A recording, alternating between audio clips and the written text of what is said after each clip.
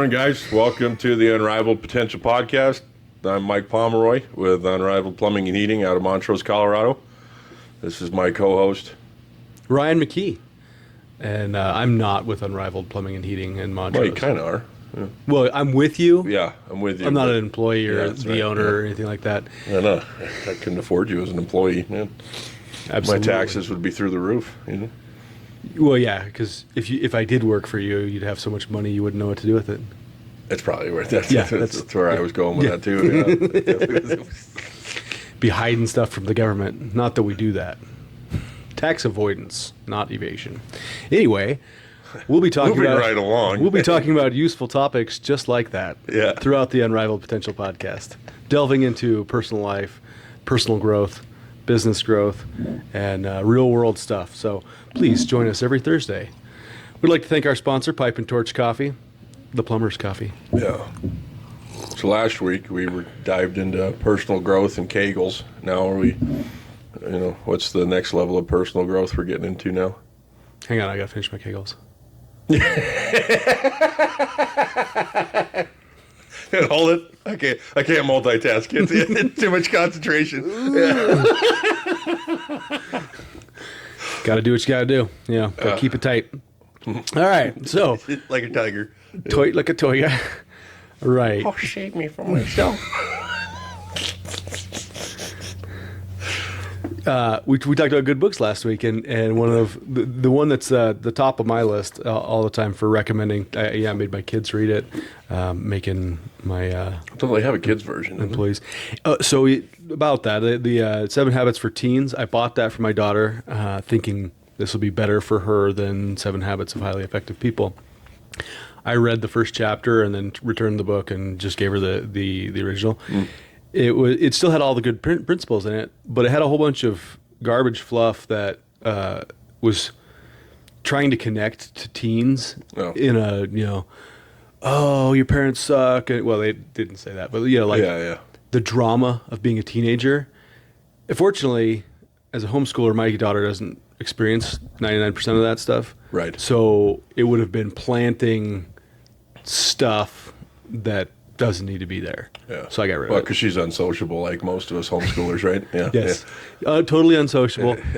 But it was talking about like, oh, if you're dating someone and this and that, and she fortunately, at least as far as I can tell, has zero interest in boys at this point, and that's great. Lucky me. Yeah. So, I had her read the original, and she really enjoyed it, and we're talking through it now. So, yes, great book. Recommend it to everyone, literally everyone. Yeah. Moms, dads, employees, bosses, everybody. Because we're reading it and they ain't paying us for it. Yeah. That's right. Stephen Covey, I don't think he's... straight from P.D. Pablo. Yeah. Yeah. Because I'm drinking it, they pay me for it. I heard that. Shout out to Seasons Gin. Seagram's Gin. Yeah. Motherfucker. You're trying to sound like Cat Williams. Is that what that was? Yeah. Apparently, that's where the person. I don't really know what P.D. Pablo sounds like when he talks. You should just start. Well, we don't need to. So anyway, there's music on there. we wanted to touch on the first couple chapters. Every time I get drunk, it's his music that I think of, so it's not good for me. Yeah, yeah, he had a couple of good ones. Yeah, Freak League. Yeah. Yes. Mostly just because of the names, Yeah, I mean, it doesn't get any better than Shaniqua. Yeah. Was that Kashana. Yeah. Shaniqua. Monique. Yeah. The only thing we're missing is the grills, I guess, What? Yeah. Wrong rapper, but that's where I go. I've seen some of those. You're a P.D. Pablo guy. I'm a Lil Jon guy. If I drank, that's where I'd go. Yeah, a mixture of both. They did some songs together. Yeah. Did they? Yeah. Oh man, that's the good stuff right there. Lil Jon and P.D. Pablo. Up, Just makes you want to go out and be a pimp and slap some things, I love Dave Chappelle's skits where he would pretend to be Lil Jon, and they'd be like, Lil Jon, what do you think about this? Do you think this is a good thing? Yeah! They'd ask him another question. What? Do you think this is a good idea? What? Never mind. Dave Chappelle's white guy voice is hilarious to me. Would you like to go to the store? Yeah. It's like, it's not offensive. If it's a black guy trying to be a white guy that's trying to be a Black guy. black guy. They're coming, yeah, something like that. Yeah, a really good explanation of how he explained what he was doing. Yeah. Yep.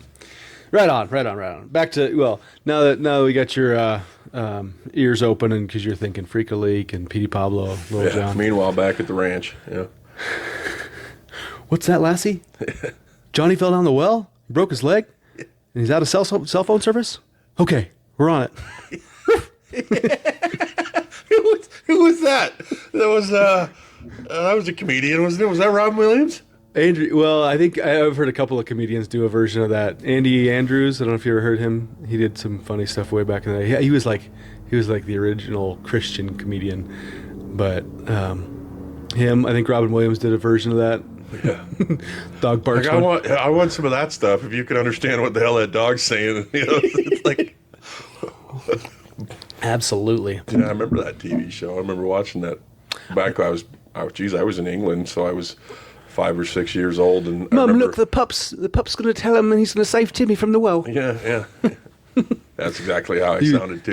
He was a poor English boy. Yeah. Please, sir, can I have some more? Yeah, that's it. I was walking around the streets of London, just trying to make it on my own because my parents didn't love me. Yeah. My dad gave me a pool cue and a potato for my 15th birthday, or my 5th birthday, and said, "Good luck, son." Yeah.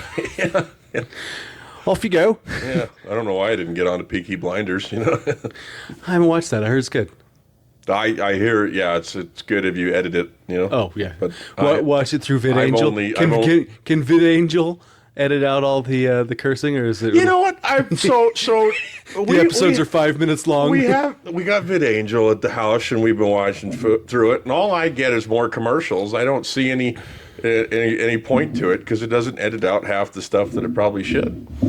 Huh. And so I've gone back and forth between Netflix and watching the VidAngel, and I was like, all I get is everything interrupted, but they're not cutting out a whole lot. We got to pay for it somehow.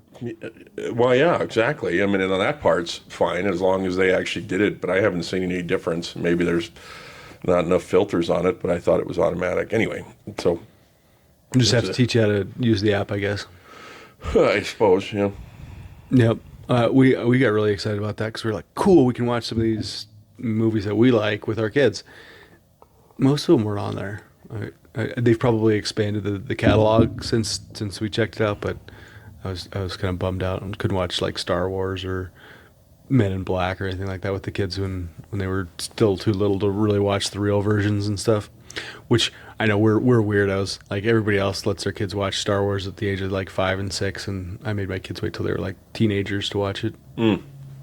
I mean, Darth Maul gets cut in half. It kind of sucks. See, I remember that. I was like, that's cool. Oh, yeah. Well, that's because we're all desensitized to the violence. I'm trying not to get my kids there. Oh, that's that where you're going with that, huh? Yeah. Trying not to. Yeah. I was a pretty warped little child. Yeah. And my parents sheltered me. Imagine how crazy I would have been if I, had the parents who let me watch everything. I saw this little kid. He was like 4 or 5 years old. Coffee on my pants. And he was dressed up as Pennywise, the clown from It, for Halloween. Oh yeah. And he was like, "Oh, I love It. It's the greatest." I'm thinking, yeah, I couldn't even watch that now. Yeah. I have no desire to any of that stuff. We avoided like the plague. But my parents were huge into murder mysteries and stuff, right? So Inspector Morse and Is that British? Poirot and stuff like that. Yeah, it was all we watched a lot of that stuff from early on, and so there was certain limitations, but scary movies were definitely out. And they still are for me. I have no desire to have those not only in my house, but I don't really enjoy watching them. I watched some like USA original scary movie when I was too young. I can't remember how old, probably 8 or 9 or something like that. And I watched it at my grandma's because couldn't watch it at home. We didn't even have TV. And I remember for years when I would stay at her house, I would have to run and jump to the bed because I was afraid that this. Oh yeah. So the plot of the story was this guy is a vampire or some kind of monster like that, and he turns his mother, who's like a 70-year-old woman, into a vampire, and she's like jumping on people and stuff. Well, I'm staying at my grandmother's house. The triggering was real. It was, Grandma, why what big teeth you've got? You know? I just remember like jumping to her guest bed, like, "Don't get me! Don't get me!" I remember those moments too. I think, yeah. I mean, I didn't like The Mummy, you know, from I From watched, The Mummy? I watched that when I was 10 years old with Brendan Fraser. You know, that one. And, The good one. I had nightmares for weeks. I didn't watch it for probably 15 years after that. You know. I haven't watched it for 25 years, but not because I was scared of it. Yeah. Yeah, I was just a wuss. No, I just didn't like it. Didn't think it was that good.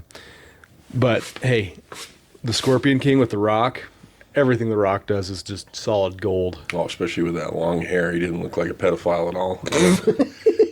If only they had given him like a little mustache. Thin one. Hey, little boy.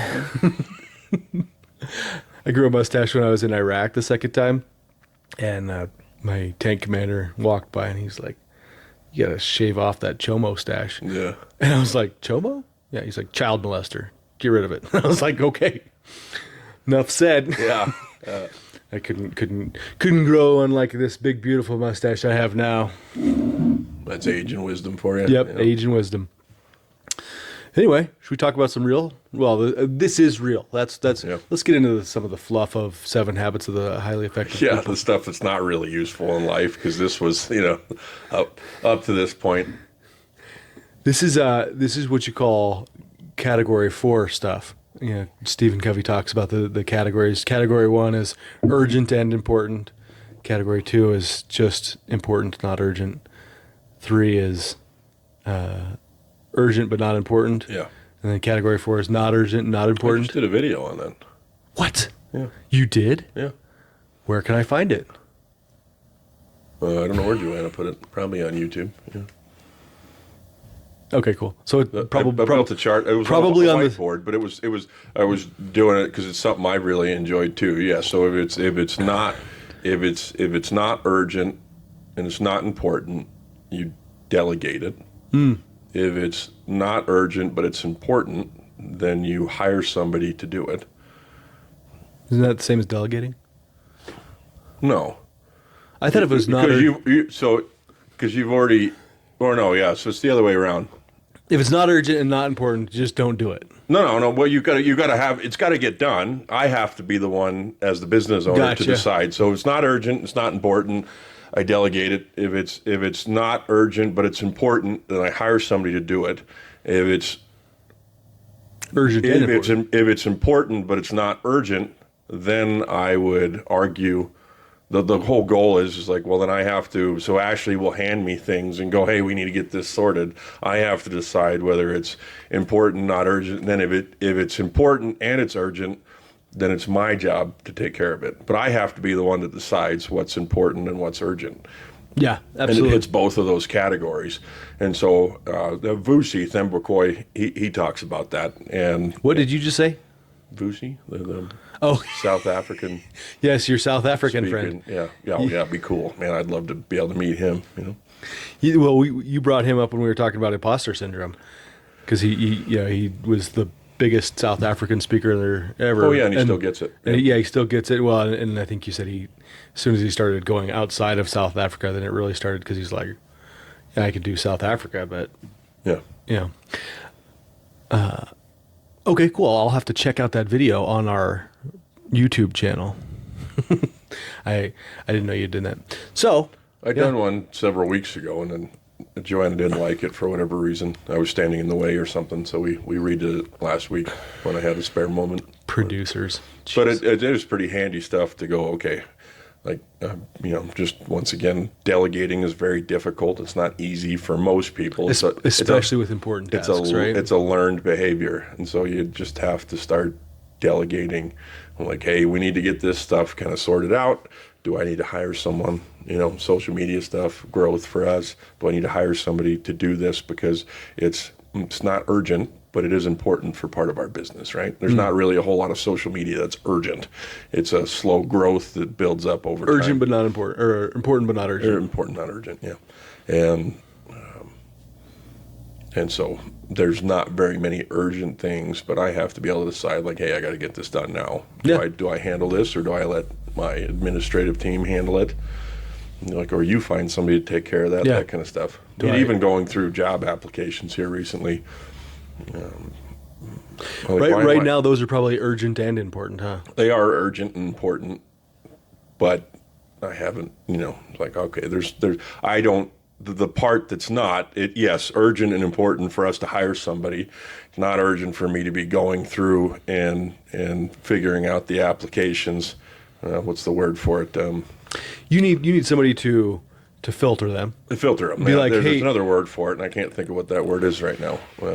Where you would scan through and it's like, I don't need that one. That one's not interesting. I don't know. There's a word for it, but filtering it'll work for now. It's just not as. They can triage it. They can. Anyway, I can't think of the word. Triage isn't the right word. No. Anyway, have somebody go through. Okay, out of 15, these are the 2 you need to actually talk to, and then you can take care of that. Absolutely. You have a. So that's the part where it's like, okay, that's not urgent for me to do it. It's urgent for somebody else to do it. And so I go, Ashley, stop what you're doing and do this. Because it's my job to be able to say it is urgent and important, or it's urgent but it's not important. You should do it. Right. Well. And then when they come to my desk, that's urgent and important. And sometimes it's important to the customer, not really important to Unrivaled Plumbing and Heating. Yeah. Well, in our industry, it's always important to the customer. Right. Or urgent. Yeah. My heater's been down for 3 weeks, but I need it done today. Yeah. Okay. Why are you calling us today? So I have $100. Yeah, and I have $100. Slip you an extra Benjamin if you get it done today. Yeah. Like, okay, that's the plan anyway. But thanks. Yeah. What am I, a doorman? Yeah. Thank you. Shout out to doormen everywhere. Keep swinging those doors. It is really important in life, in business, in everything to know your quadrants, and then to be able to filter and set things into those, and to spend as little time as possible in quadrant 4. You just let an employee go because he was spending a lot of his workday in quadrant 4, sitting there scrolling on his phone and doing literally nothing, mindless work. That it was not urgent. It was not important. Well, we don't necessarily know that. How far did he get on Candy Crush? I mean, it's probably one of those things, or Angry Birds. He may have gotten high level, He absolutely. And got paid for it. I mean, what a genius. Yeah. Yep. He's going to go far in life. He figured out the system. Yeah. Yep. Absolutely. Far in life. Absolutely. So, and, I remember as a kid talking about mentors and people like that. This guy who he actually mentored my dad, but very successful in the Amway business, and richest guy I ever knew in person. And I was a big Broncos fan and was telling him about this football game or something, and he goes, "Oh, I haven't watched a football game in a few years." And I was like, "What? You're not watching football? Like, what a loser, Yeah. But it clicked later. I was like, oh, he's doing important things. He's he's chasing his dreams and building his business and those kind of things, as opposed to just mindless entertainment. Yeah. And there's definitely value in being able to relax and shut off your brain and enjoy some things, and especially live sports. Going and having an experience. But he had his priorities right. And that's what a big part of this book is about. And Stephen Covey starts the book by saying, you have to start inside, because everybody's going to go through trials and ups and downs and horrible things in their lives. If you realize that you have control of everything inside you, you can build from there. Yeah. So, Mike, take us through the first habit.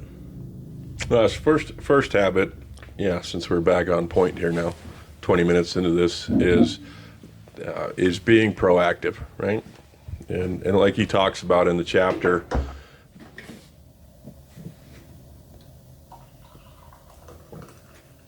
being proactive, a big part of it, right, Ryan, is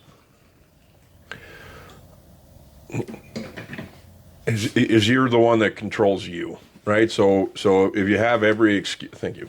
If you've got every excuse in the world to not do something, we all have reasons, whether it's inside our heads or everything's important, urgent, right? Learning how to separate those quadrants. If we can be proactive in our own lives and say, this is what I want, now it's time for me to change some things, then that's where we have to change our mindset. So you sit down and you figure out, where do I want to go? This is, being proactive is a huge part of goal orientation, writing down where you want to be.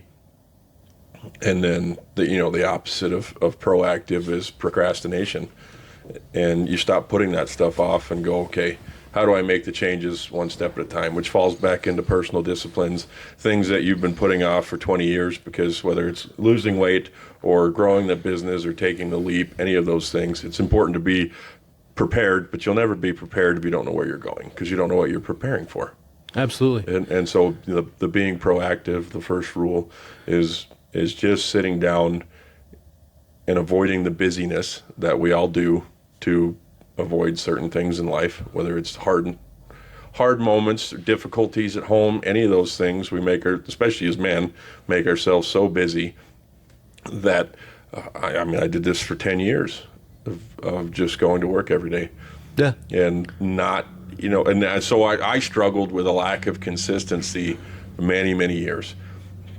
And it was because I didn't write it down, focus on it, and go, this is changing in my life, and here's why it needs to change. Not only did it affect my marriage, my parenting, who I was in my career. And so I didn't sit, there was like many, many years of lack of confidence because of personal choices that I had made that I have looked at now, gone, if I had wrote down where I was going to go and taken the proactive approach of having a hard conversation with my boss, whether it meant getting fired or something like that, I'd have been a lot further. There's moments I've looked back that I go, I should have left. Yeah. I could have trusted God, knowing that he would have taken care of me. I knew the choice was right, but I didn't write it down. I didn't think about where I wanted to be. But I knew those positions. I was still learning.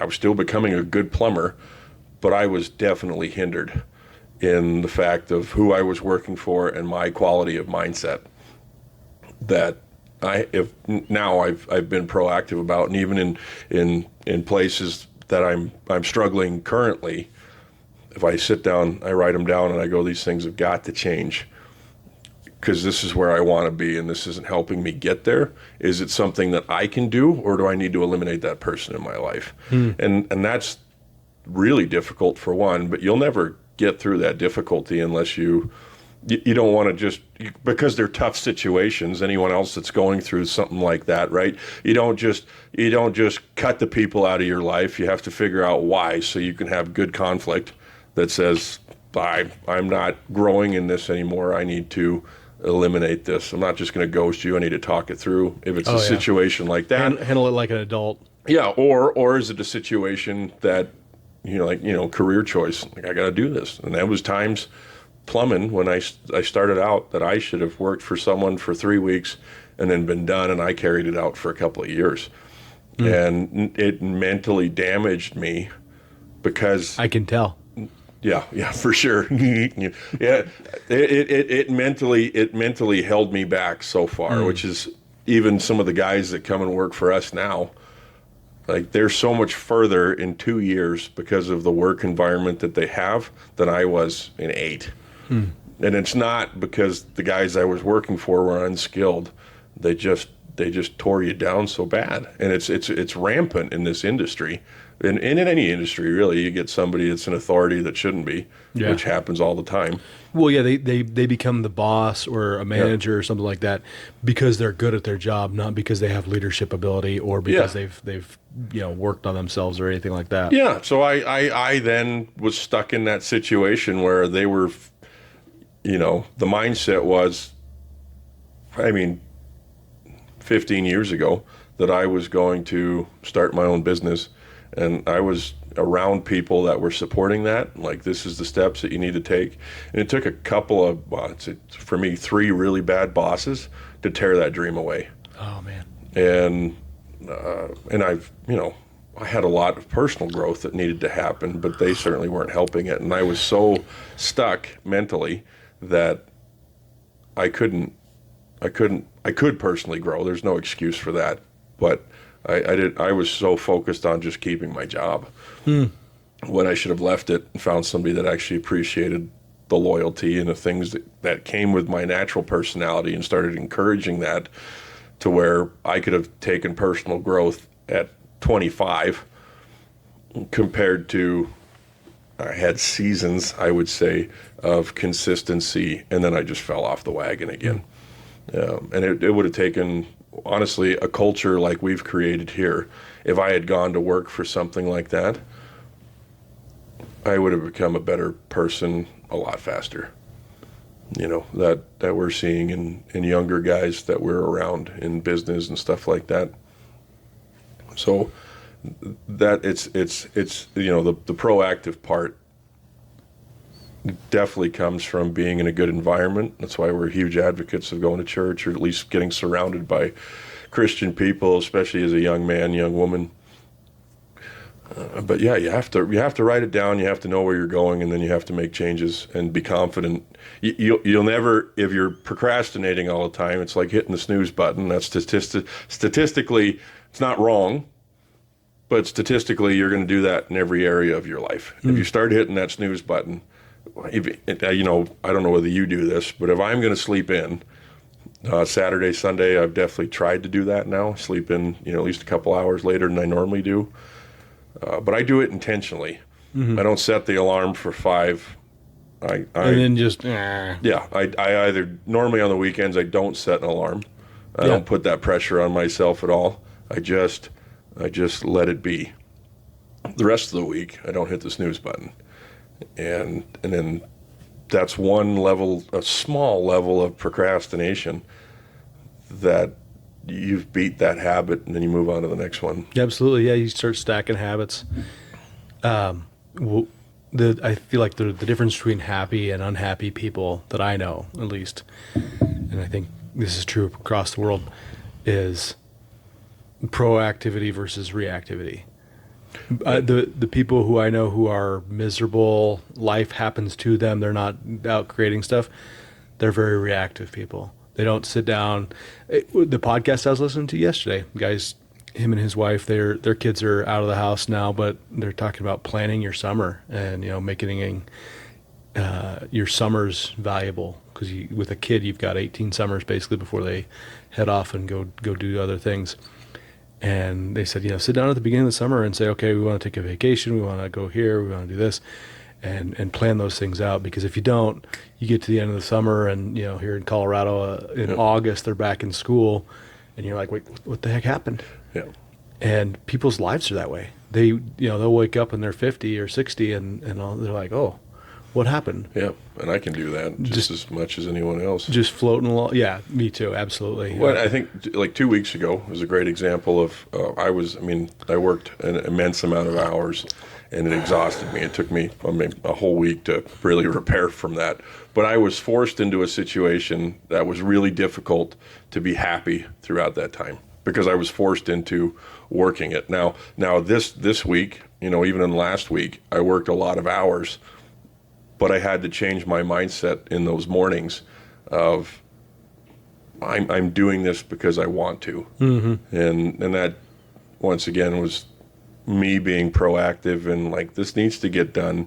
Am I going to do it with a bad attitude, or am I going to go, this is what I'm doing right now, this is what needs to be done?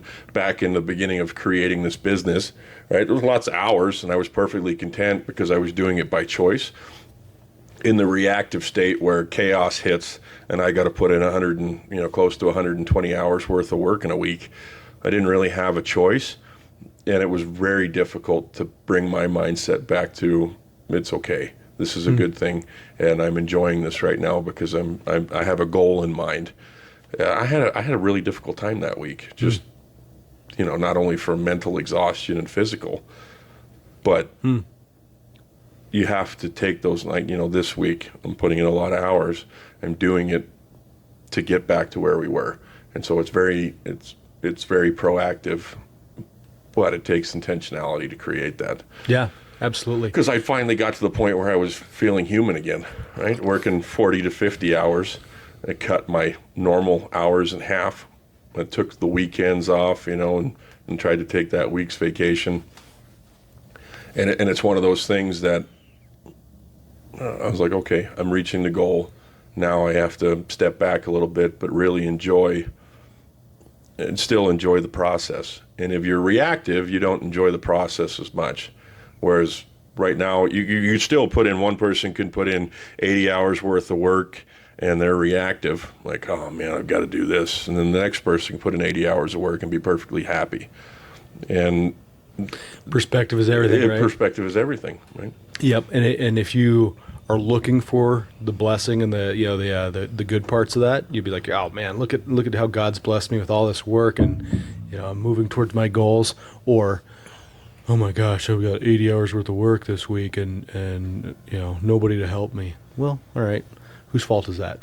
Yeah. Well, and you come across a little bit whiny. Yeah. And I've always known, for me, I've always known that I've been able to outwork anyone, right? As a sense, it's not a bragging thing. It's always happened, right? Everywhere I've been, and some people that I worked for abused it. Now doing it for myself, I can still outwork everyone, and nobody wants it. Nobody's envious of the fact that I can outwork them. They want to have a life, but I know that I can do those things, but I also know that it takes me to a really dark place. Right. Being a workaholic's not a long-term It's solution. not a place that I want to be anymore, because I'm not drowning out everything in life from doing it. I'm just doing it because it's the need for the moment. Mm-hmm. I know that I can do it, but I also know that I don't enjoy it, and certain walls go back up.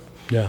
Well, in that week, you're in reactive mode because your proactivity was unsuccessful, so you end up in that situation where you're working 120 hours a week, and you can either say, oh, gosh, why does everything happen to me? I got this stupid employees that I had to fire, and now I'm doing all their work.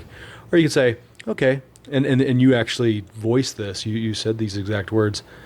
I have to hire differently. I'm not going to make that mistake again. Yeah. Because you are adult enough to acknowledge, like, I'm in this situation right now where I'm working 120 hours a week because of decisions that I made, and that's huge. Yeah. If you talked about this a couple weeks ago, walking out of a sales call, if you say, "Yep, that was all I could do," they didn't buy, and it's there was nothing I could do, then there's no room for growth. If you say, "Okay, I did the things that I was supposed to do. What could I have done better?" That you're in a position where you're open to growth. Yeah. Yeah. So don't be a turd floating and it's floating great. along It's great in the to have stream. people around you that can encourage you in those moments to go, yeah, you tried really hard, and it's great to hear those things. But the value in our friendship is that I don't need you to come in here and go, well, you're doing just fine, Mike. You're the best, Michael. Yeah. It's I want to take ownership, because I want things to change in the future. And if you don't take that ownership of change, and which is proactivity, then nothing's going to change. And it's like this in personal life as well, right? I don't want to recreate the old habits, and when we have a tendency, especially in our culture, to be overly encouraging. Most men aren't like that with each other. And when we finally get honest with each other and you enjoy go, that, girl. Yeah. But women definitely, and they need a different level of it. But we got to call each other out so that we can just keep changing. And if I can definitely sit down in several areas of my life, go, I did everything I could do. That's not my fault. But the only thing that does, there's certain parts of that where the confidence comes in that says, yeah, I did everything that I could do. Can I do it better, even better next time? Do it better. It doesn't mean you've done something wrong. We have a tendency to think that because we're admitting that we could do something different, that we did it wrong in the first place. It doesn't mean that. It just means, how could I do it differently? How could I have worded that differently? How could I have not been an asshole in that moment? Right? Did I come across Oh, yeah, that way? absolutely. Yeah, Actually, and I had an argument the other night, and it wasn't necessarily that I didn't say anything mean or hurtful, but if I would have slowed down and really thought about the words that I chose before I said them, we could have saved 15, 20 minutes on an argument that didn't need to happen, because it wasn't what I was trying to say, but that's how she received it, because I didn't take my time and give it a didn't keep thoughtful. an open hand. Yeah. What's that? Didn't keep an open hand. Spousal abuse jokes, they go over really good. Open heart, closed hand. No, that's not right. All right. Well, we were planning on going through 3 chapters of 7 Habits today, but I think we really hit that first one really good. Yeah. So we'll keep moving on that next week or in the near future. But yeah, if you can be proactive instead of reactive, and just the mental position of, I am in control of my life. God's going to bless me with opportunities and challenges and things like that, but I'm in control of how I react to them. That is the beginning of success, because if you can say, yep, it's up to me. If it's to be, it's up to me, then you're on the right track. And then next week we can talk about beginning with the end in mind, because you talked about setting goals. When you bring God into that, Ryan, and it's the same thing. Like, Why are you always bringing God into it? No, the proactivity that comes with what God expects from us, right? So Yeah. I mean, it goes back to, what is it, James 1:22 is like being doers of the word. I'll take your word for it. Yeah, and so it's not not just being hearers of the word, right, but being doers afterwards. Mm-hmm. The whole purpose of that, and pretty much every story in the Bible was you had to do something, right? And then God would show up. He was already there, but then he expected a certain level of doing something. And so you find this a lot in churches, right, that aren't growing, and they go, we just got to pray about it for a while. Sometimes you just got to do something. There's nothing wrong with the season of understanding where God wants you to go, especially if it's really confusing. Waiting on the Lord. But on the spiritual side of it, waiting, but sometimes you just got to do something and go, maybe that's not the right choice. I'm dealing with that right now of learning, asking God the right questions that says, what should I do here, right? Yeah. Should I pursue? Should I not pursue? And sometimes you just got to take a step forward, and then go, well, that wasn't the right choice, but it's not wrong, And it's just waiting, It's for that answer. But he talks in different seasons. But he wants us to actually do something, not just sit around. We had a church that we were at that,